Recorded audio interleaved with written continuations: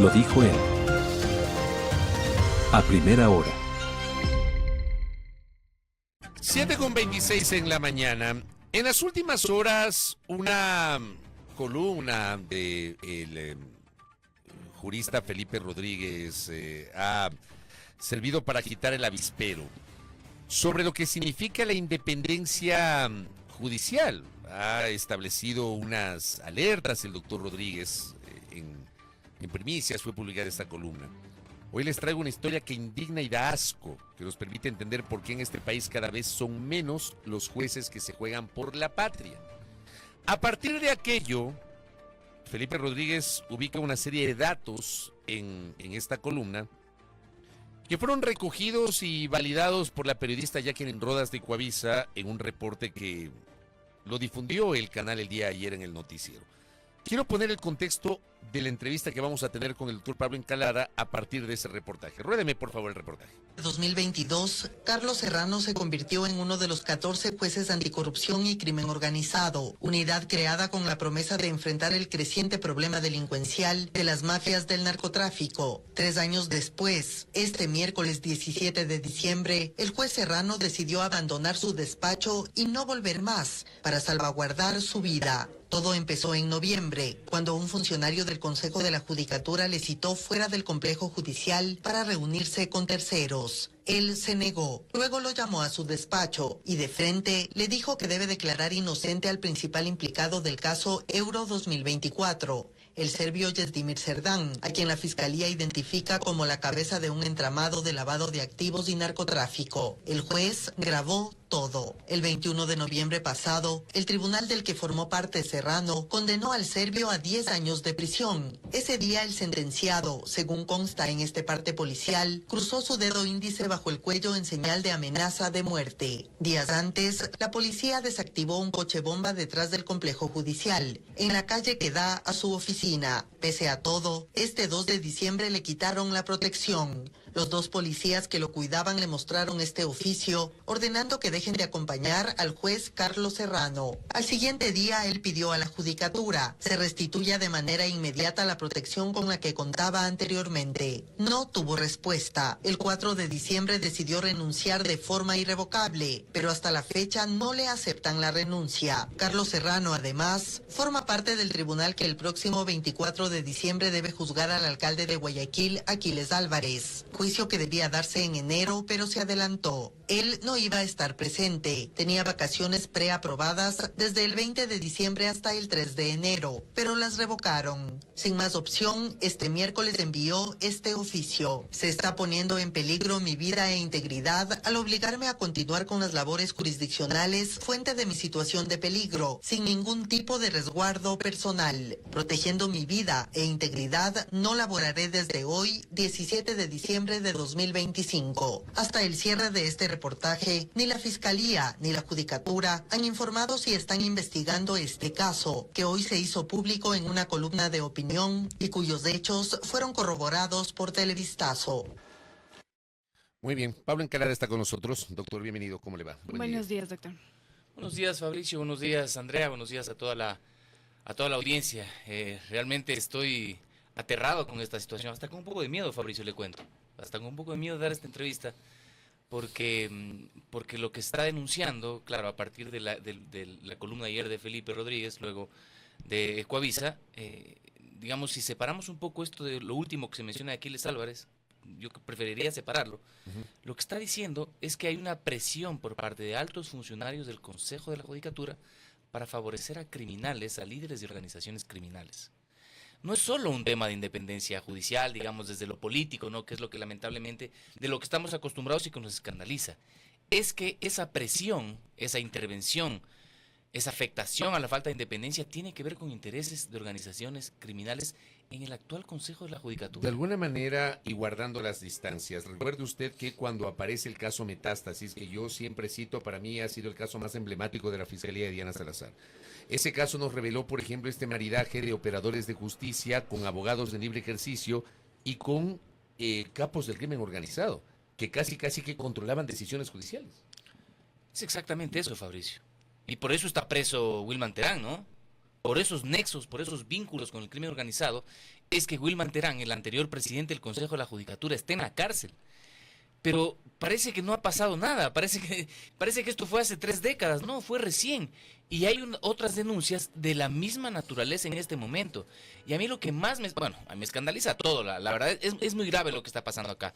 Pero algo que a mí me llama someramente la atención, y lo dije ayer en mi cuenta de Twitter, a las 3 de la tarde, digo, han pasado ya, ¿cuántas horas? 4 o 5 horas, y el Consejo de la Judicatura no dice nada. Y hasta el día de hoy, hasta este momento, todo el día de ayer, tuvo el Consejo de la Judicatura para pronunciarse y no ha dicho nada. Porque ¿qué podía decir, por ejemplo, el presidente de la Judicatura? Puede decir, esto es una denuncia muy grave, vamos a investigar si alguien se ha estado tomando el nombre de las autoridades o en realidad hay un alto funcionario, qué sé yo, un director, no sé, un alto funcionario de la Judicatura que está realizando estas acciones, lo vamos a investigar, lo vamos a meter preso, algo. Pero el Consejo de la Judicatura no dice absolutamente nada. ¿Por qué? ¿Qué están cuidando? Doctor, y como usted dice, y lo decíamos incluso en off, escuchar la nota de Jacqueline Rodas y también haber leído todo lo que se ha sacado en medios de comunicación, incluso la columna de Felipe Rodríguez, es de terror, parece una novela de ficción, de terror, y sin embargo es lo que se sabe. Es decir, ¿cuántos casos más habría así en el Ecuador que no se exponen precisamente por eso, por miedo, doctor? Yo no tengo duda que hay muchos casos más, ¿no? Pero este es un caso relevante porque se trata de un juez de la Unidad Anticorrupción. Miren que yo me he pronunciado, digamos, así mismo. Por ejemplo, la columna de ayer de Felipe es totalmente valiente, ¿no es cierto? O sea, haber expuesto de esta manera, con nombre y apellido, además el juez muy valiente, y yo me he expresado en mis redes sociales y en entrevistas. Pero claro, este momento, digo, ya nos la estamos jugando. Y yo antes de entrar a esta entrevista, escribo un mensaje a un funcionario judicial cercano al juez Serrano, a quien yo no tengo el gusto de conocerlo personalmente, aunque ya cuento después que tuve una interacción con él, y le digo, algo que yo deba conocer de esto que no sepamos, porque a veces hay otra parte de la historia, ¿no? ¿Y qué tal que te dicen, no, este es un terrible, qué sé yo? Algo que debamos conocer es una persona absolutamente íntegra y honesta. Eso me dicen. Estamos defendiendo a una persona que se la está jugando por el país, un joven profesional que leo ahorita que es cum laude de la universidad, no sé cuál es de las universidades de Cuenca, PhD de la Carlos III de Madrid, o sea, con una formación espectacular. Yo lo conozco a él, cuando veo el nombre ayer en la columna de Felipe, yo, digamos, me pronuncio sin conocerlo, sin saber quién es. Voy a buscar luego, más tarde, en las redes sociales, a buscar de quién se trata, y lo reconozco que es una persona que lo tuve como un exalumno reciente, una persona brillante. Un joven brillante. Entonces, este joven brillante que se gana su puesto, que es honesto, según dicen sus propios compañeros, es quien denuncia que un alto directivo de la Judicatura está intercediendo para que falle a favor de un criminal y, como sale en el video, en la nota de Coavisa, lo amenazan de muerte. Él pide que se asegure su vida, que le den más protección y se la quitan. Se la quitan, es decir, es evidente que hay una confabulación por parte de las personas que toman decisiones en este país, en el sector justicia, para afectar a esta persona. Y él obviamente dice, no, mi vida está en peligro. Yo supongo que está escondido, o al menos eso debería estar escondido. Se la quitaron y se sabe con qué argumento. No se sabe, simplemente él dice, yo pedí que me restituyan, porque cuando él pide le quitan. O sea, no es que le refuerzan. Hay una sentencia de la Corte Constitucional, Fabricio, que dice que los jueces deben tener especial protección. Más estos jueces de la unidad de lucha contra la corrupción y crimen organizado. Por su propia naturaleza. Mucho más ellos por los casos que ellos están enfrentando. Porque aquí es el líder de una organización criminal quien los amenaza de muerte a los jueces del Tribunal Penal. ¿No es cierto? Y entonces, claro, él dice, no, o sea, encima viene un funcionario de la Judicatura, y dice que lo tiene grabado además. O sea, digo, la situación de miedo que debe tener este juez, además una persona joven, para tomar la decisión de enfrentarse este momento al poder político es realmente, porque está, bueno, es valiente, pero está aterrado. El hombre debe estar realmente pensando que lo van a matar y debe estar escondido, al menos eso debería estar haciendo. Usted nos decía, doctor, que quería separar incluso lo que tiene que ver con el caso AAA, pero yo quiero leer aquí un parrafito de lo que decía Felipe Rodríguez en su columna. Él dice, el 4 de diciembre del 2025, Carlos hizo lo humanamente exigible, presentó su renuncia, pues no sería ni un esbirro ni una víctima del poder. ¿Y qué creen? Hasta la fecha no la aceptan. El Consejo de la Judicatura quiere obligarle a ser parte del tribunal en el caso AAA el 24 de diciembre. Le dan la oportunidad de reivindicarse, dice Felipe. ¿Usted está de acuerdo, doctor, con eso? Yo no sé por qué ¿Por qué lo dice? Digamos que es una conjetura o eso es lo que Felipe conversó con este juez, ¿no es cierto? Eso yo no puedo saber. Lo que sí, digamos, está claro que el juez tenía vacaciones, le adelantan las vacaciones, le quitan las vacaciones y lo hacen que vaya a la audiencia en Navidad. Pero digamos, eso me parece, digamos, huele muy mal, ¿no es cierto? No parece bien, además, una audiencia tan importante el 24 de diciembre. Pero digamos, finalmente las personas trabajan mucho el 24 de diciembre, ¿no es cierto? Por ahí no está tanto el problema, salvo que hayan hechos que yo no los conozca, ¿no es cierto? Como esto que nos está contando Felipe. Pero lo cierto es lo otro. Lo cierto es que él denuncia que lo está intimidando un alto funcionario del Consejo de la Judicatura para fallar a favor de un narcotraficante. Y que él toma la decisión en contra tanto de las amenazas de este narcotraficante, de la bomba que le ponen en cerca digamos, en los exteriores del complejo judicial, y de la presión que hace este funcionario. Él toma esta decisión y después de eso le quitan la seguridad. Oye, doctor, este caso que se ha develado, ¿es el primero, es el único, o usted tiene algún tipo de conocimiento o deduce que no es el primero ni el único? Evidentemente que no es el primero. Si son tan audaces de presionar a estos jueces, que son jueces de élite, ¿eh? Esta unidad es una unidad de élite del Poder Judicial que fue elegida a partir de una cooperación internacional. La Embajada de los Estados Unidos ha tenido mucha participación en digamos, en la conformación de este tribunal, que es un tribunal nuevo, el Tribunal Anticorrupción, que viene funcionando, que está dando, digamos, es la respuesta frente a la creciente violencia que hay en el Ecuador. Un poco sale este tribunal como respuesta a estas propuestas de los jueces sin rostro, ¿no es cierto? Cuando había gente que decía, no, los jueces no pueden tener rostro porque están juzgando estos actos criminales tan graves. Bueno, en el mundo se ha encontrado que la alternativa a esos jueces sin rostro, que no se puede hacer, son los tribunales concentrados en la capital de la República. Entonces, esta unidad es eso, una unidad de élite. Y si han tenido la audacia de hacerlo frente a un juez de una unidad de élite, yo me imagino que lo están haciendo ante muchos jueces y ojalá se animaran a denunciar también. O claro, habrán otros, lamentablemente, que cedan a esas presiones o que formen parte de estos acuerdos corruptos. El problema es que cuando ceden a presiones, evidentemente uno uno asiste a un momento en que no se está impartiendo justicia. Bueno, pero este juez Serrano ha provocado un escándalo y ojalá que sigamos hablando y mucho de esto y ojalá que haya Por eso mismo le hemos invitado para hablar de este tema, porque me parece gravísimo esto que se ha denunciado, gravísimo, porque le reitero, si el juez cede a presión, evidentemente no se está impartiendo justicia, está fallando por esa presión. Fabricio, yo lo veía, creo que anteayer, a mi amigo conocido Andrés Castillo, acaloradamente decir en la asamblea con estas resoluciones inútiles que ellos proponen, ¿no? Que si estás a favor de la pobreza o estás a favor de que se acabe la violencia en el mundo. Es resoluciones absolutamente inútiles. Entonces él decía, ¿están con la delincuencia o contra la delincuencia? Yo le pongo un tuit ayer y le digo, Andrés, esto está pasando. Demuestra que estás realmente en contra de la delincuencia. No, ni pío. Y estoy seguro que lo leyó, porque me lee todo el tiempo. Y no, ni pío, no dice ni una palabra. Entonces, la Asamblea Nacional tiene que estar preocupada de estas cosas, no del bizcocho, no de que si estás en contra o a favor de la pobreza, de la paz mundial.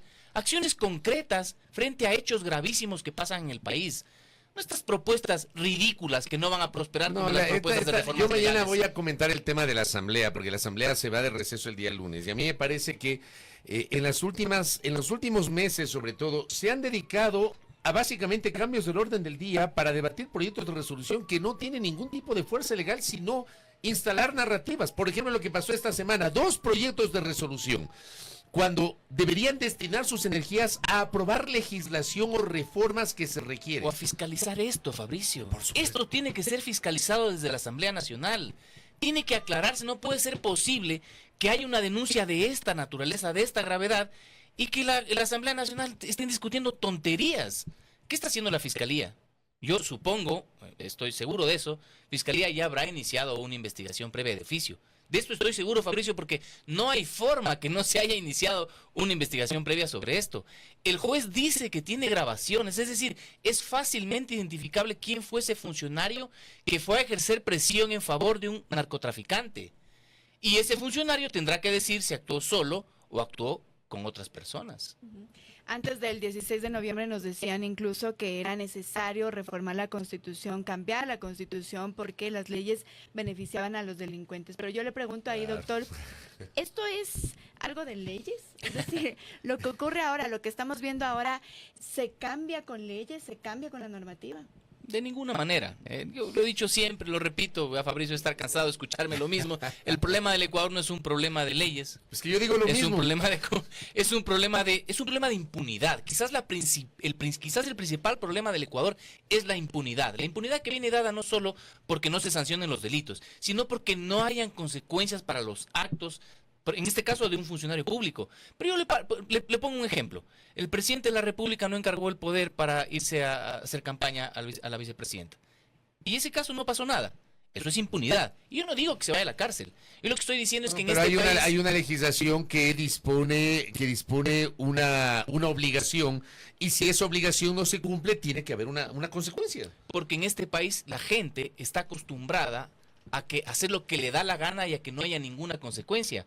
Yo veía la semana anterior, esto me daba hasta gracia, ¿no? En un reportaje periodístico de televisión, un medio de comunicación estaba reportando un paso peatonal en Guayaquil, y pasaron dos motos, y en una moto pasaron dos chicos de 14 años sin casco. Es decir, 4 infracciones en el paso peatonal, 2 motos.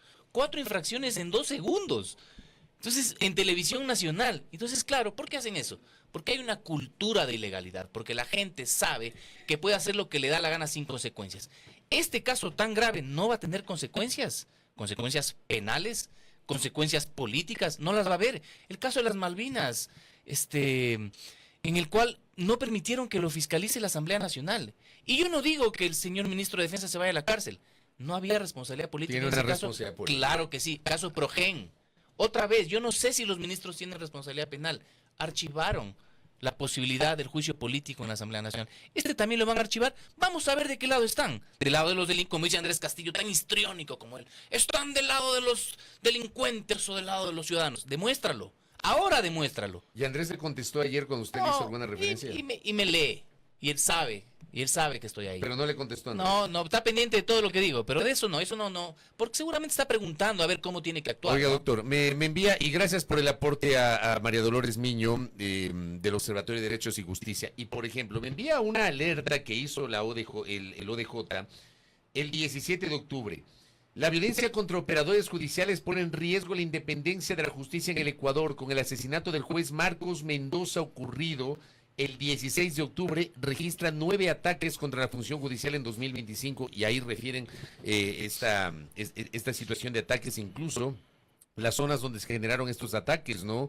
En Pichincha, en Guayas, en Santa Elena, en Manabí, que se han generado estos ataques. ¿Qué le parece a usted esta alerta que hizo el Observatorio de Derechos y Justicia? Bueno, es evidente, y yo puedo hasta entender que el Estado no pueda, digamos, darles protección absolutamente a todos, ¿no? Yo eso hasta entiendo. Más allá de que el Estado tiene la obligación jurídica de darles garantía a quienes participan en el combate contra la delincuencia, esto es evidente. Pero digo, puedo hasta entender por los escasos recursos que tiene el Ecuador, pero que a los jueces de la unidad de élite no les garanticen su seguridad, pero no solo eso, sino que además se la quiten después de que el juez falla en contra de lo que le fue a pedir un funcionario. O sea, ahí hay una coautoría, ahí hay una asociación ilícita para atentar contra la vida de este juez. Frente a eso estamos, Fabricio. Esto no es un tema menor, es un tema escandaloso que merece que las altas autoridades del Estado nos den una respuesta. Yo espero hoy una rueda de prensa, no un tuit, una rueda de prensa del Consejo de la Judicatura, de los vocales del Consejo de la Judicatura, que expliquen qué pasó en este caso, qué están haciendo, qué investigaciones se han tomado. ¿Hay allanamientos ya? ¿Está con un orden de detención el funcionario que está denunciado? ¿Por qué ya usted cree que no sabe, Fabricio y Andrea, que no saben quién es ese funcionario? Si el juez lo tiene grabado, ¿usted cree que no saben? Estas cosas ya la saben, yo no la conozco, pero ellos seguro que ya la saben. ¿Lo están protegiendo?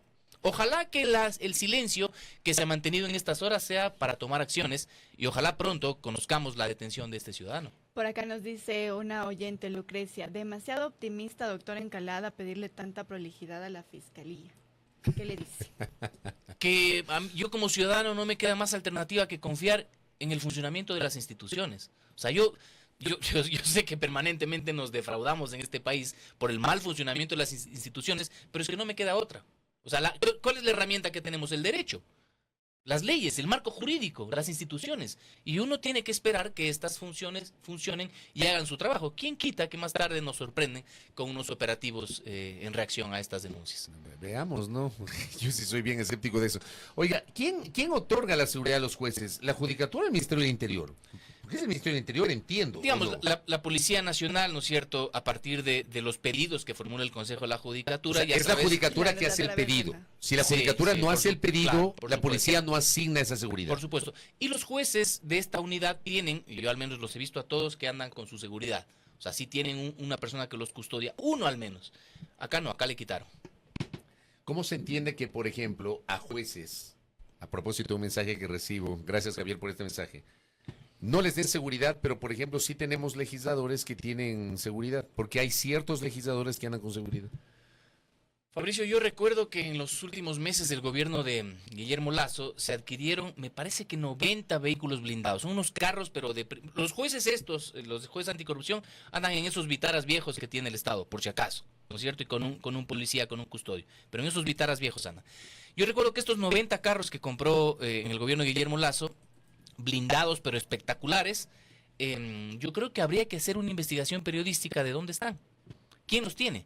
¿Están realmente las 90 personas que tienen mayor peligro del país? Digo, el 90, no sé si eran 90, 80, no sé. Pero esos carros que son, digamos, que brindan todas las seguridades, ¿están realmente en uso de las personas que más peligro están corriendo en el país? No sé, el director de la cárcel de la penitenciaría del Litoral, ese, por ejemplo, debería tener un carro blindado. ¿Quién los tiene? ¿O los tiene por ahí un viceministro? ¿O por ahí lo tiene un asambleísta? ¿Quién tiene estos carros? Esas cosas habría que averiguar para ver si realmente están priorizando la gente que realmente tiene peligro, como estos fiscales o estos jueces. Correcto, doctor. Acá tengo una gran interacción de la audiencia. Por ejemplo, por acá tengo un mensaje, me dicen: estoy aterrado con la noticia y la denuncia del juez. Ayer asaltaron la casa de una persona que en Saquicilí, ingresaron 10 delincuentes y afuera esperaban 3 camionetas, intentaron llevarse a la nieta de los dueños de casa y les vaciaron las cuentas. Esto es organizado. Me dice el Santi Carrera, que reporta sintonía desde la provincia de Cotopaxi. Por acá también tenía un mensaje. Aquí está, gracias a Vladimir Andosilla. Me dice: la exdirectora del Consejo Provincial de Orellana fue objeto de un atentado. La falta de seguridad le obligó a renunciar. ¿Quiénes estaban atrás? Los funcionarios instituidos relacionados con estructuras de crimen organizado. La directora tuvo un análisis de riesgo sobre el 90% y nunca le dieron carro blindado. Creo que va de la mano con lo que usted está diciendo. Exactamente lo que estamos diciendo. Por eso yo digo, yo quisiera saber si esos, al menos, porque claro, hay muchas formas de protegerlos, pero me parece un buen ejemplo. Identificar a quién fueron estos vehículos, ¿no es cierto? Porque eso sería fundamental, porque eso va a decir cuál es la priorización por parte del Estado frente a estos temas. Fabricio, hace un rato estaban diciendo, en la pregunta anterior, la penúltima que le hicieron, ¿cuál era? La de los... No, era un comentario que estaban haciendo, más que pregunta, lo que había pasado en Saquicilí, y luego de eso lo que había pasado con la directora. Perfecto. Y entonces yo me venía a la mente lo siguiente, ¿no es cierto? Esto que decían de la violencia, que le han robado, que se ha metido en la casa, etcétera, la violencia creciente que hay en el Ecuador. ¿Cómo creen ustedes que van a tomar los criminales una noticia de esta naturaleza? Esta denuncia, que supuestamente, digo, no es una verdad, digamos, hay que investigar, pero que es lo que dice un juez, que desde el Consejo de la Judicatura están presionando para favorecer a un narcotraficante. ¿Qué dirán los criminales? Van a decir, no, pues aquí hay la posibilidad de salir, ¿no es cierto? Es decir, yo no veo un combate contra la delincuencia, yo lo que veo más bien es una complicidad por parte del Estado frente a la delincuencia. Estos hechos abonan a la violencia y a la criminalidad. En lugar de que el Estado se vea fuerte, como dicen este asambleísta que es del cual he hablado, ¿no es cierto? Si es que en lugar de tener un Estado fuerte que reaccione de una manera enérgica con todo el peso de la ley, al contrario, estos mensajes son de: el Estado puede estar con ustedes si es que hay los canales de diálogos adecuados y seguramente los montos adecuados de dinero para comprar la justicia. Y lo último, saliéndome de este tema, porque me piden que le pida a usted un comentario respecto de la decisión, hablando de independencia judicial, saliéndome un poquito del tema central que estábamos hablando, pero un comentario suyo sobre la decisión de la Corte, de un tribunal de la Corte de Eficiencia sobre el caso Pruebas PCR y la ratificación de inocencia de los involucrados. Bueno, yo fui abogado ahí, yo no fui abogado del alcalde Yunda, yo fui abogado de un médico. Entonces, digamos, anticipo esto porque yo no tengo la imparcialidad necesaria para hacer una opinión. Pero usted estuvo siguiendo la... Yo soy abogado en ese caso y les puedo decir que es un acto de justicia el haber dictado una sentencia confirmatoria. ¿Hubo presiones de inocencia políticas sobre ese caso? ¿Usted las sintió? Pero sin ninguna duda hubo un montón de allanamientos innecesarios. Por eso le hago esa pregunta por el contexto de la independencia judicial. Hubo no sé cuántos allanamientos ahí. Por ejemplo, a la Secretaría de Salud, 5 allanamientos. ¿Con qué necesidad de ir a cada rato a un lugar? ¿Qué quieres ir a ver a cada rato a un lugar? Hay una presión política, mediática, sin duda, sobre todo una presión mediática para instalar una narrativa que se demostró al final que es falso, ¿no? Pasaron 5 años para llegar a una audiencia de juzgamiento recién en primera instancia y que el tribunal tenga que ratificar el estado de inocencia porque no había forma de sostener que en ese caso había un perjuicio para el Estado. La acusación empezó por un sobreprecio que se les cayó, tuvieron que cambiar a que supuestamente las pruebas que compraron no eran las PCR, eran chimbas. sino eran chimbas, ¿no es cierto? Y la verdad es que el caso, como yo empecé mi alegato final, este es un caso chimbo y el caso chimbo se cayó. Así que en buena hora, todas las personas que fueron acusadas en ese caso, hoy han recobrado la tranquilidad. Bueno, si es verdad, es sentencia en primera instancia, podríamos ir a instancias posteriores, pero definitivamente es un caso chimbo. Pero lo que pasa es que además el tribunal falló de forma unánime, ¿no? Que no es un dato menor, que también hay que Y mencionar. en función de las pruebas, Fabricio, es un caso, digamos, muy, muy fácil. Gracias, doctor, por el tiempo. Gracias, Muy amable. doctor. A ustedes. Como ya no le de ver, que tenga feliz Navidad y buen Muchas año. gracias a ustedes Gracias. también. Ahí nos escribían desde Loja, usted que es lojano, también a saludar al doctor Encalada. Pablo Encalada, que ha estado con nosotros hablando sobre independencia judicial a propósito de esta alerta que se ha generado en las últimas horas. Primera plana. Todas las noticias, todas las voces.